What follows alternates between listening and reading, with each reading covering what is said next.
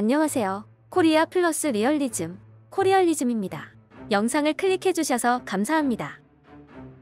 최근 뉴욕타임스에 따르면 모델링을 통해 시뮬레이션한 결과 미국이 6월 들어서는 신규 코로나 확진자가 하루 20만 명에 달하고 사망자는 대략 3천 명까지 증가할 것이라는 충격적인 예측을 해 화제가 되고 있습니다. 미국에서는 같은 날 첫 확진자가 나온 한국과 비교하는 목소리가 많습니다. 한국에서는 최근 이태원 클럽 확진자를 포함하더라도 한 자리 두 자릿수로 급격히 줄어든 반면 미국에서는 진정 기미가 보이지 않기 때문입니다. 현재 미국 내 신규 확진자는 2만 5천 명인데 8배로 급증한다는 예측은 많은 미국인들을 공포에 떨게 하고 있습니다. 최근에는 미국의 수입업자가 아닌 아예 병원들로부터 직접 한국산 진단키트 수입 문의를 받는다고 전해지기도 했습니다. 트럼프 대통령이 한국산 진단키트 수입을 긍정적으로 생각한다는 메시지는 결국 정치적인 발언일 뿐 미국의 질병통제예방센터는 부정적인 입장이었고 의료기관들이 CDC의 눈치를 보는 상황이었습니다. 메릴랜드주가 한국에서 진단키트를 수입한 걸 연방정부가 비판한 것도 이러한 이유입니다. 그러나 치료제 개발이 지연되고 미국 국민들의 불안감이 커지면서 한국산 진단키트의 수입 의사를 밝힌 의료기관이 늘어나고 있습니다. 현재 제너럴 일렉트릭 헬스케어 등 미국 바이오 기업들이 코로나 치료제를 개발하고 있지만 개발 시점을 기약할 수 없는 실정이기 때문에 미국의 질병통제예방센터가 한국산 진단키트 수입에 대한 부정적인 자세가 바뀐 것으로 볼 수 있습니다.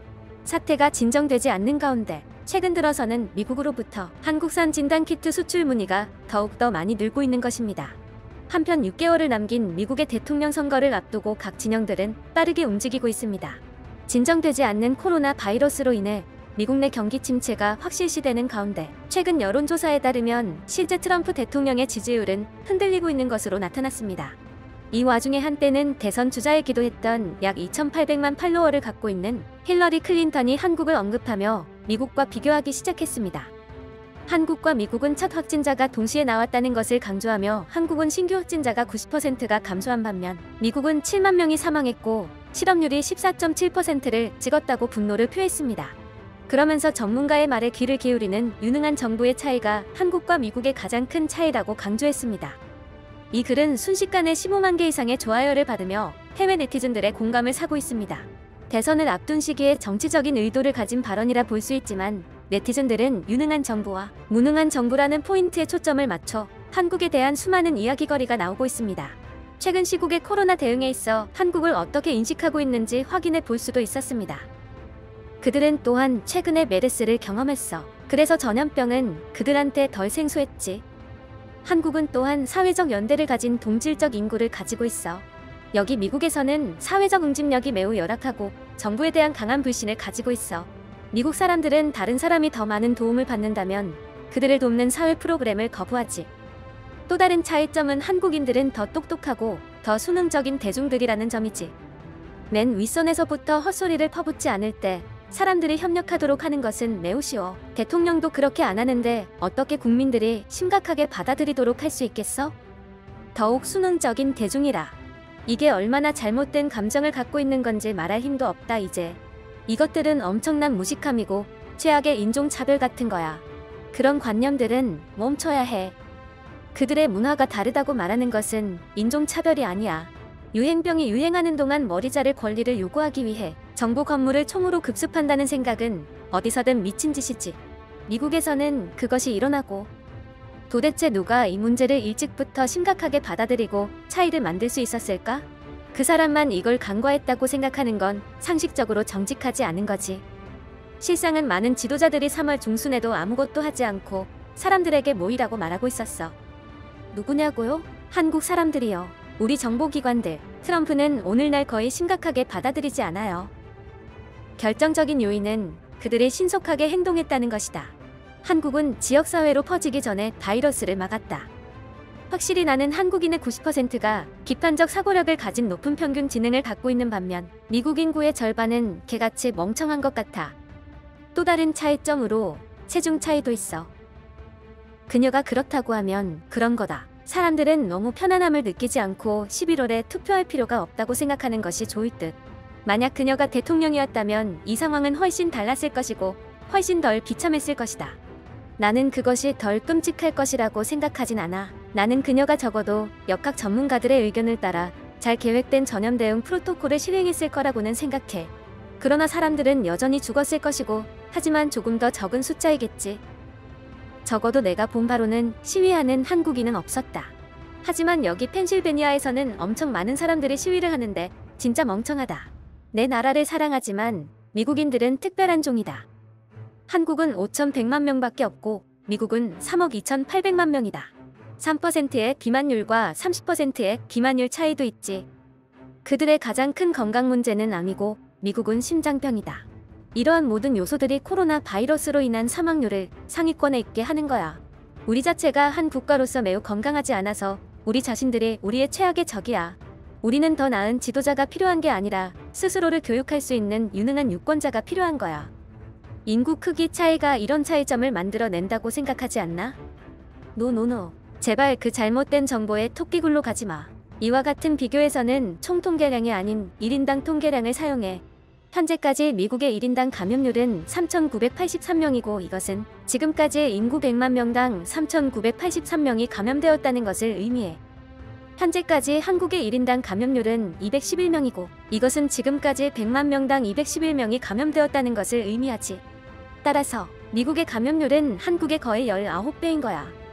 주목할 만한 것은 한국은 2017년에 부패로 인해 대통령을 탄핵하고 해임했어.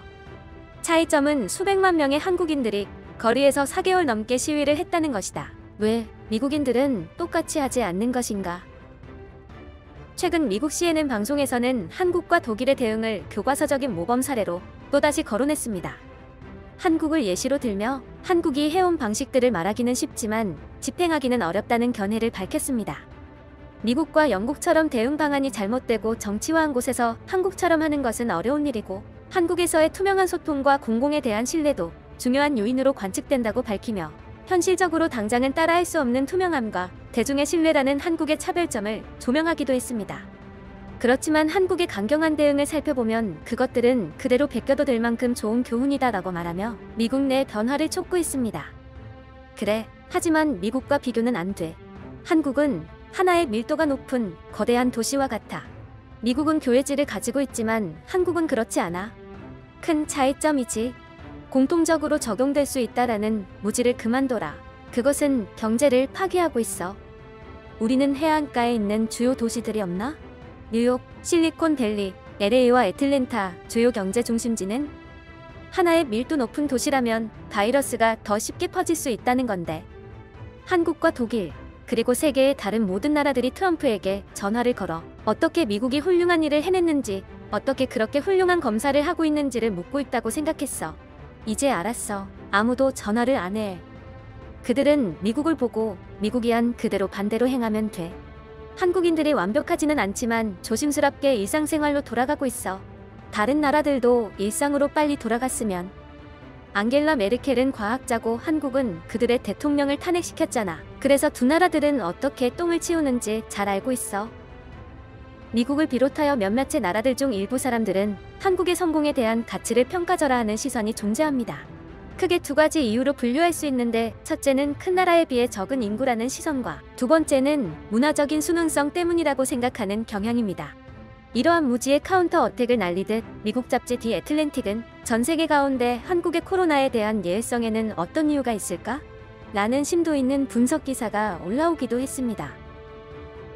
한국에서는 30년 만에 가장 높은 투표율로 전국적인 선거를 성공적으로 치렀음에도 어떤 확진 사례도 나오지 않으면서 일일 확진자를 최고점에서 90% 이상 줄인 것이야말로 가장 큰 민주주의일 것이다. 한국이 항로를 바로잡았을 때 미국은 재앙으로 변했다. 지난 4월 한국은 바이러스로 인해 총 85명의 영혼을 잃었고 미국은 시간당 평균 85명의 목숨을 앗아간 6만 2천 명을 잃었다. 미국 인구가 한국의 인구보다 대략 6배나 많다는 것은 비교의 공포를 누그러뜨리는데 거의 도움이 되지 않는다. 미국의 비극과 한국의 대응을 비교한 일부 논평가들은 태평양을 가로지르는 유교와 온순한 집단주의의 고대 문화로 그 차이를 요약했다. 이 관찰은 단지 인종차별주의적인 것뿐 아니라 또한 한국의 성공을 이국적으로 만들고 문화적 차이로 치부해버릴 뿐이다. 한국의 그것이 미국이나 다른 어떤 나라에서도 당장 배울 수 있는 것이 아니라 수천 년 동안의 문화적 풍조에 의한 필연적인 결과처럼 보이게 한다는 것이다. 사실은 한국 정부와 국민들은 간단하지만 존경할 만한 너무나 드문 일을 했다는 것이다. 그들은 역사로부터 고통받았고 그것으로부터 배웠다. 여러분들은 어떻게 생각하시나요? 댓글로 의견들을 남겨주세요. 코리알리즘은 더 좋은 내용으로 다시 찾아오겠습니다. 구독과 좋아요 눌러주시면 정말 큰 힘이 됩니다.